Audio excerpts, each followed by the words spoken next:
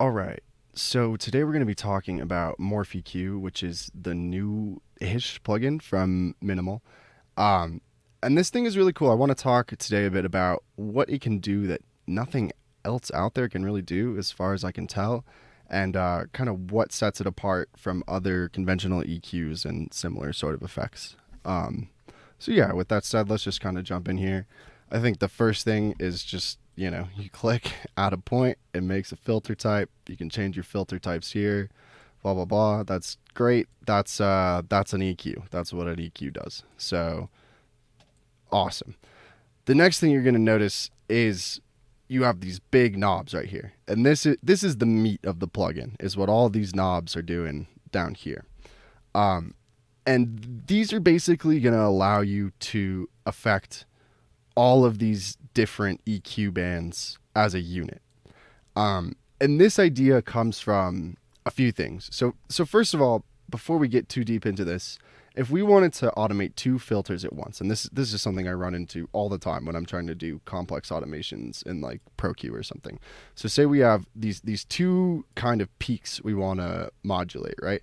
And we want to modulate these at the same time to create kind of a custom filter curve. So we can highlight these and we can move the frequency like this, and great, we'll get that filter movement we're looking for. The issue is, if we wanted to actually automate this outside of the plugin, you can't have a grouped filter selection like this. So we would have to individually go into this band, modulate the frequency, so we'll do that. And then we'd have to go into this band and modulate the frequency, so we'll do that. And then from here, we'll have both of these moving at the same time. But then you see the obvious problem of now they're overlapping. So now we have to go in here and we have to change the start point of this one a bit. And now that one's moving too fast. So now we have to bounce out these, and maybe we have to like slow this one down a little bit. And now this one started, like, you just get this really like annoying situation where you have to kind of go back and forth with these. There we go. It's getting close. And there it is. Now we kind of have this filter movement. But you can see how, if we wanted to keep this spacing consistent, modulating these things becomes basically impossible. So what I'm usually doing is just kind of ignoring trying to maintain this nice spacing, and then I'll end up, just kind of like modulating as I see fit, and just kind of going through and changing all. Oop, that's the cue. Let's do the frequency on this. I'll just kind of modulate all these things as I see fit. But then it becomes a problem, because now I want to change something in this, and it's not very obvious which of these is connected to this automation. So now I have to go into each of these things and like figure out which one is. It's just a whole. This is a pain in the ass, right? Like, this is not ideal. So I learned about in the kilohertz plugin, Slice EQ, how you can do this thing. I'm going to just turn that off, where you create a filter shape, right? So we can just kind of make a thing similar. Let's even make like a notch in the middle, and we can have this going all the way up to a 30 dB curve. So this is really pushing, and then we can just use this offset knob, and we get this perfect movement where the whole filter moves together just like we want. And that's great. That's awesome. But it still runs into this issue of, okay, but if I don't want these to be consistently spaced, now I have to like right click this, go into this individual one, and I have to start modulating this cutoff manually. So although we do get this group movement, it feels kind of limited, right? It feels like we have this cool idea of this offset knob moving all of these points together in unison, but it also seems like this idea could be taken much further, and you could do more interesting things than just have just kind of a horizontal left to right offset here. So now we go back to Morph, and this is where stuff starts to get really interesting. So I'm just going to clear out these guys. I'll just hit this delete, or you can delete here just by right clicking. We can take, a similar shape. We'll just do this 2-band thing again, and then add whatever, a notch in between, or just a cut. And we have this shift knob that does exactly that. Creates this offset for us. And this is awesome, because we can immediately start, just like in Slice EQ, making whatever type of, like, maybe we want a low pass filter that has like these additional harmonics on it and does like this weird boosting thing. great. That does what we want. But now this is going to go a step further, and we actually get all of these additional options for how to affect this cluster of different curves. So the first thing is pinch, and this is going to kind of, well, it does exactly what it sounds like. It pinches all of these together or spreads them apart.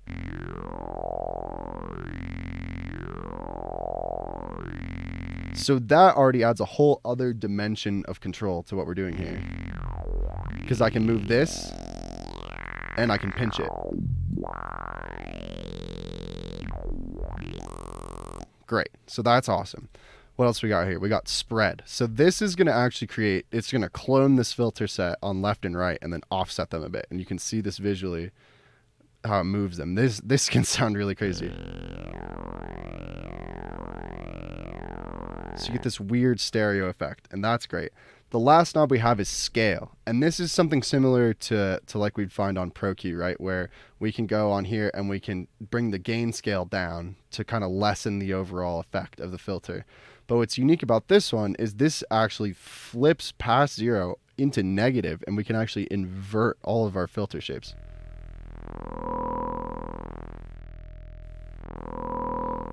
So this can be really interesting. So kind of these 4 knobs are going to give us these totally unique control sets over anything we make in here. Additionally, we're already only at 18 dB scaling. We were at 30 in Slice EQ. So we can go to 36 here and we can turn these up. And now this is going to be peaking a ton. And then we can actually go even further than 36 because we have this gain scaling. So we can go 200% gain scale at 36 dB. So this is going way beyond the range of a traditional EQ in terms of volume. So because of that, we also have this built-in limiter down here. So if you click this once, we got the purple limiter, which is just going to be like a standard like soft limiter. And then this is going to be a clipper. It's going to actually add distortion. So let's add the clipper onto here and then crank the drive all the way up and then start shifting this around.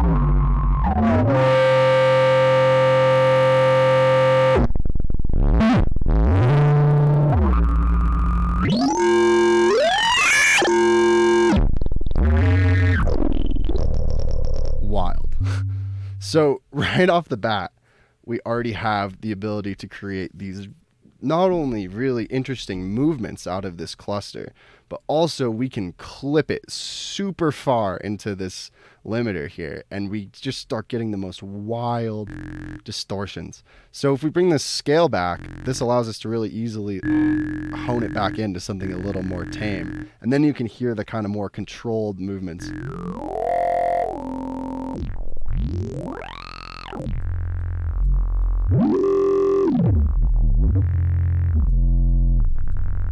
And then if we want to hear it clip,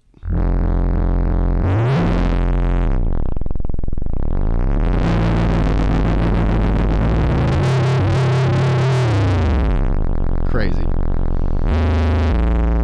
So that's one part of this, right? Is that we can start making these crazy kind of clustered movements, anything from a simple filter with additions that we can modulate easily to these wild automating sequences just by changing the spread and pinch and scale of everything.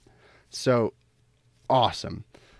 There's still a whole other factor to this that we haven't gotten to yet. So I'm going to just load a blank one of these really quick. Where is it? Oh man, how did I lose it? We'll go back to plugins here. There it is. And then stretch this out so we can see a bit better. Now let's talk about, I guess, the main selling point of this, which is the actual morph knob. So we're going to create another sequence here where we have some spikes, maybe a notch. But instead of just leaving these static and using the knobs to automate it, we can actually create individual destinations for all of these points by either clicking on this little circle here or just by holding controller command and just clicking in an empty space. And so now we can create a path So let's make this do a loop this way, and then we'll create a loop going this way on this one. Oops, did not mean to do that. Let's delete the point. Go back onto here. And then maybe this one will just go up and down. Great. So now when we hit this morph knob, you're going to see all of these individual points following their paths. And oh man, if that isn't just satisfying to look at every time. So now let's take a listen to this. Let's crank our scaling back to 36, and we're probably going to have to move some of these points so that we get these like really high clipping. Oh, also you can curve the paths, which is pretty tight. So we'll do that. Maybe add some curves. We'll make sure this one's going really high up there too. Also worth noting, if you drag the original point that the filter is on, you're moving the entire path together. So we can move these separate points, just make sure we're not grabbing the whole path. And this does not have to be perfect, like whatever. And then same with this one. Let's just make sure that this peak is going really high up there. And now check it again. Yeah, so now we get this really crazy movement. And let's go ahead and add our clipper here and increase the scale. And then let's see what it sounds like. Cool, it's a lot. So maybe let's shift down so it happens lower.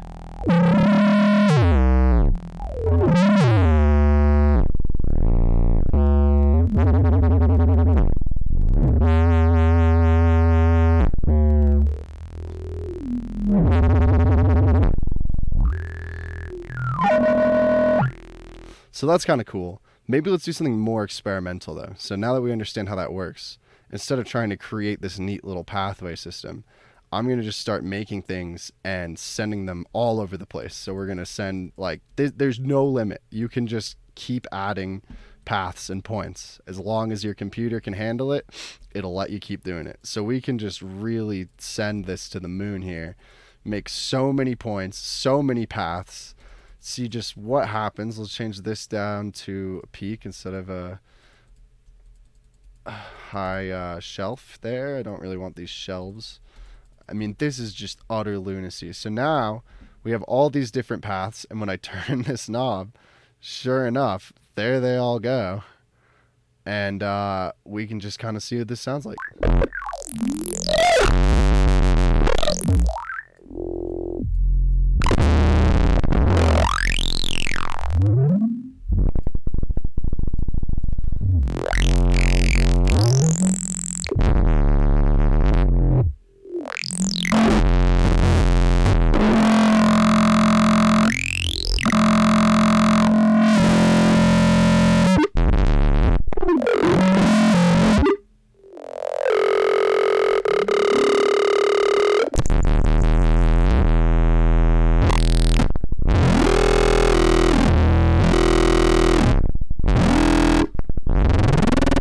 Gonna play some really low notes so we can hear the saw wave like click.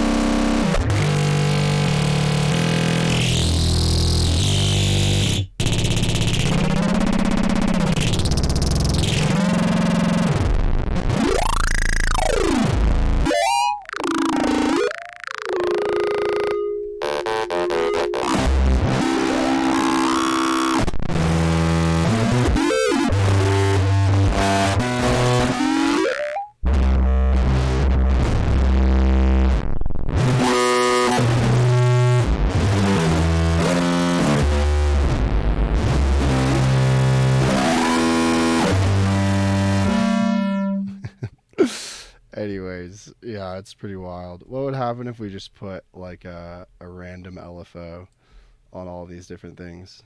Um, I've never actually tried this before, so let's see what happens. So we can just kind of map this out to morph, and then we'll add one to shift and pinch and spread and scale. Uh, and we'll just kind of, oops, this one's bugged. The fuck? There it goes. Oh my god. And then we'll change this to random. Up the rate a little bit. Oh, there it goes. I don't know if my computer's gonna like this one, but let's give it a go.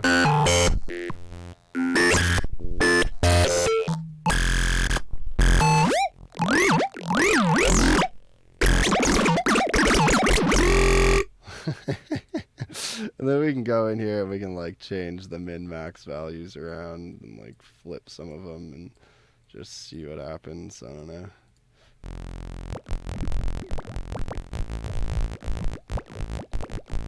Especially the scale just needs to stay all the way up, it seems. So let's just...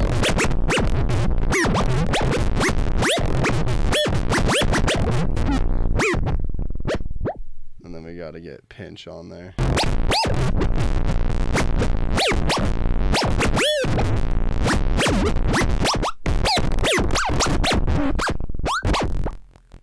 Oh man, this LFO is bugging out. It can't handle it. Can't take the heat. What if I close this?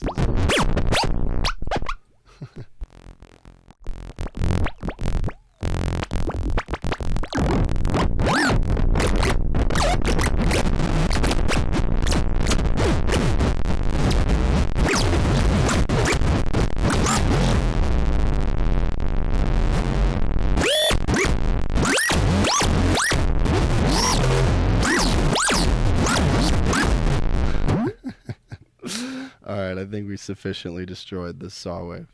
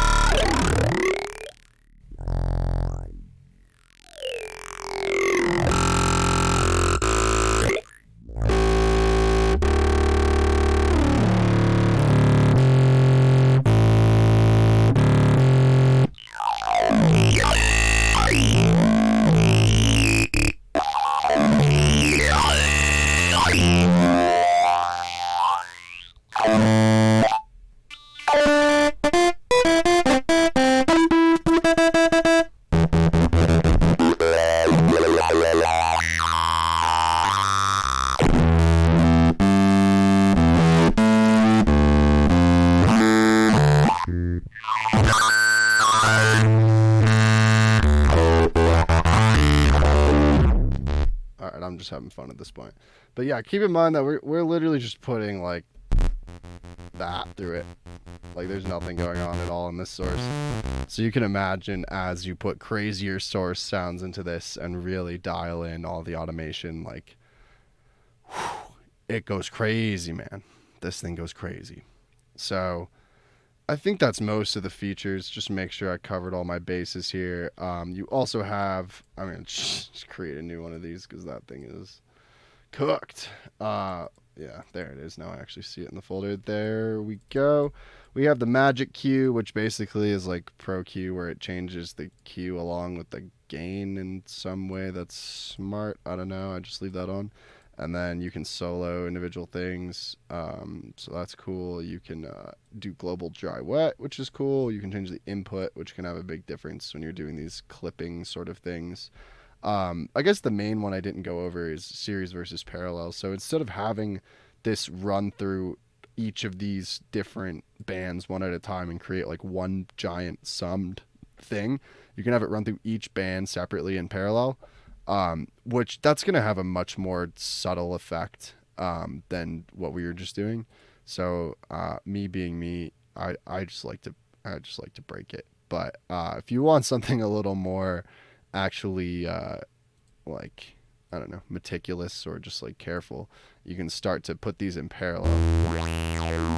And then when you have like a band pass or something, you'll actually still hear the rest of the frequency concept from the other band. So something like that can actually be pretty useful. We can like turn the scaling way up. Just get the band pass as like a layer instead of like that. But again, you know, we got this clipper, and I usually just use series so that I can stack as many of those as my computer can handle, and then just kind of let it rip and see what happens. But of course, now you also have the option with like being able to draw all these and do the curves. Like you can do something as carefully or chaotically as you wish with all of these tools. And I think, yeah, it just does a really good job of making it super quick and fun to just make some insane shit in this. I will say there is a catch to this plugin. It's you know, I think it doesn't really make too much of a difference, but you cannot automate these things. So, okay, you can automate all of the main knobs, but you cannot automate the frequency, Q, gain, all of this per band. There is no automation lane for it. So the trade-off is basically you cannot automate these manually, but then of course you have the ability to do all of these group automations, which allows you, you know, in a different way to have more control over the whole group of things at the expense of having control over the individual things. So, I mean, take that for what it is. I think it makes it so that using this as like your default EQ is kind of out of the question, at least for me. There's just no replacing having access to something as specific as ProQ, and then also being able to, if I need to on a whim, automate any of these really quick in the lanes. Like as a utility, I think something like ProQ will just always be a default for me. But for a toy that does crazy sounds, like this does way more than any other EQ. And obviously, as you just saw, like you can just get really hectic with the amount of things you're moving around, and it's just so dynamic and interesting. So I don't really look at it as much of like a utility EQ subtle thing. I look at it as like a sound design tool that you can use to create movements that would otherwise take you forever to go manually set up. Now you just can fuck around with it and get something really quick. So just, I think that's basically it. Yeah, you got undo, delete, all that. You can delete by right clicking these. There's not really any other major features of this. You can like toggle through these here. But in general, that's the meat of it. Just slam it, play with these knobs. You'll have a good time. So yeah, go check out MorphEQ. Go support the Minimal guys.